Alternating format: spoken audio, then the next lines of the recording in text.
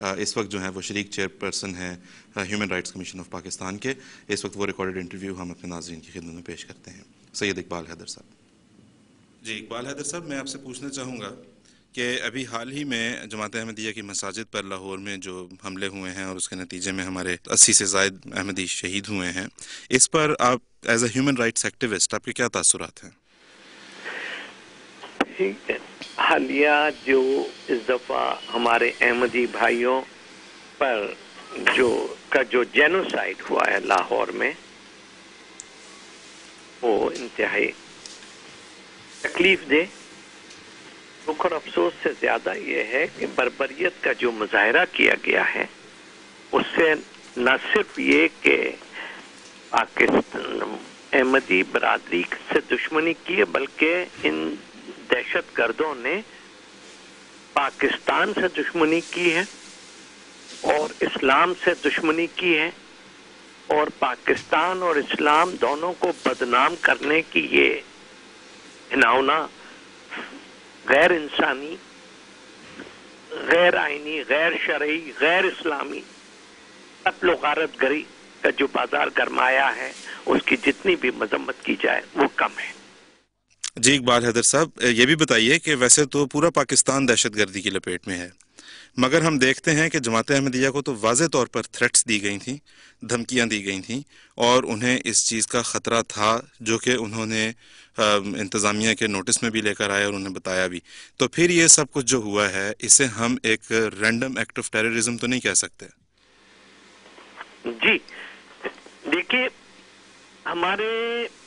اس کو میں کہتا ہوں ہماری انٹیلیجنس ایجنسی کا دانستہ یا غیر دانستہ فیلئر کمپلیٹلی. تو اس میں بڑا ہمارے لیے ہیومن رائٹ ایکٹیوسٹ کے لیے بڑا سنگین چیلنج ہے، کیونکہ ہم سمجھتے ہیں کہ اگر حکومت اور ہمارے سراغ رساں ادارے اگر بالکل ڈٹرمن کر لیں کہ کسی قیمت پر بھی کسی بھی فقہ، کسی بھی مذہب، کسی بھی لسان کے نمائندوں کو کے ریپرزینٹیٹو کو، فالوورز کو ہم احساس عدم تحفظ نہیں دیں گے اور ان کا مکمل پروٹیکشن ہوگا تو کر سکتے ہیں. یہ میرا یقین ہے. دے دے حکومت جی کسی قیمت پر برداشت نہیں کیا جائے گا، اور ایسے حکام کو اور افسران کو جو اس میں کوتاہی برتیں گے ان کو قرار واقعی سزا ملے گی تو ان کے دماغ ٹھکانے آ جائیں گے. سید اقبال حیدر صاحب، آپ سراغ رساں اداروں کی بات کر رہے ہیں. یہ تو بڑے بڑے بینر لگے ہوئے تھے، بڑے بڑے پوسٹر لگے ہوئے ہیں جس میں لکھا ہوا تھا کہ قادیانی واجب القتل ہیں، اور ہر طرح کے نفرت انگیز قسم کے اور اشتعال انگیز جملے لکھے ہوئے تھے. تو اس میں سراغ لگانے کا کیا سوال ہے؟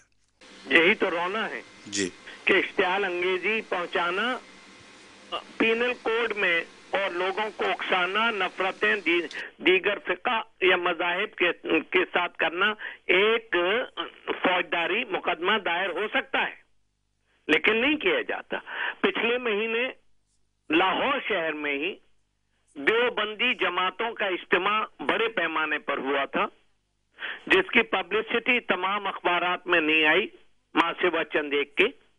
اس میں یہ فیصلہ کیا گیا تھا کہ مذہبی جنونیت کے دہشت گردی کی مذمت نہیں کریں گے، طالبان کی مذمت نہیں کریں گے، اور سوئسائڈ بومرز کی مذمت وہ لوگ نے کرنے سے انکار کر دیا تھا.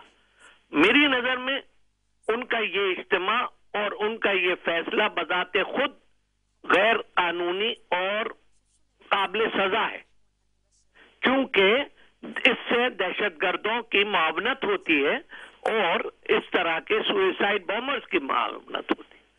اقبال حیدر صاحب، ہم جماعت احمدیہ من حیث الجماعت ہم لوگ جو دہشت گردی کے اس قسم کے واقعات ہیں انہیں کنڈیم کرتے ہیں، ان کی مذمت کرتے ہیں، لیکن احمدیوں کے خلاف جو کچھ ہوتا ہے کیا اسے پاکستان کا قانون، پاکستان کا آئین اور اس کے اندر جو ظالمانہ ترامیم ہیں وہ سپورٹ نہیں کرتی؟ نہیں، لیکن پاکستان کا قانون انہیں یہ اجازت نہیں دیتا کہ جماعت احمدیہ کے کسی ایک شخص کو بھی انگلی بھی اٹھانے کی اجازت نہیں ہے.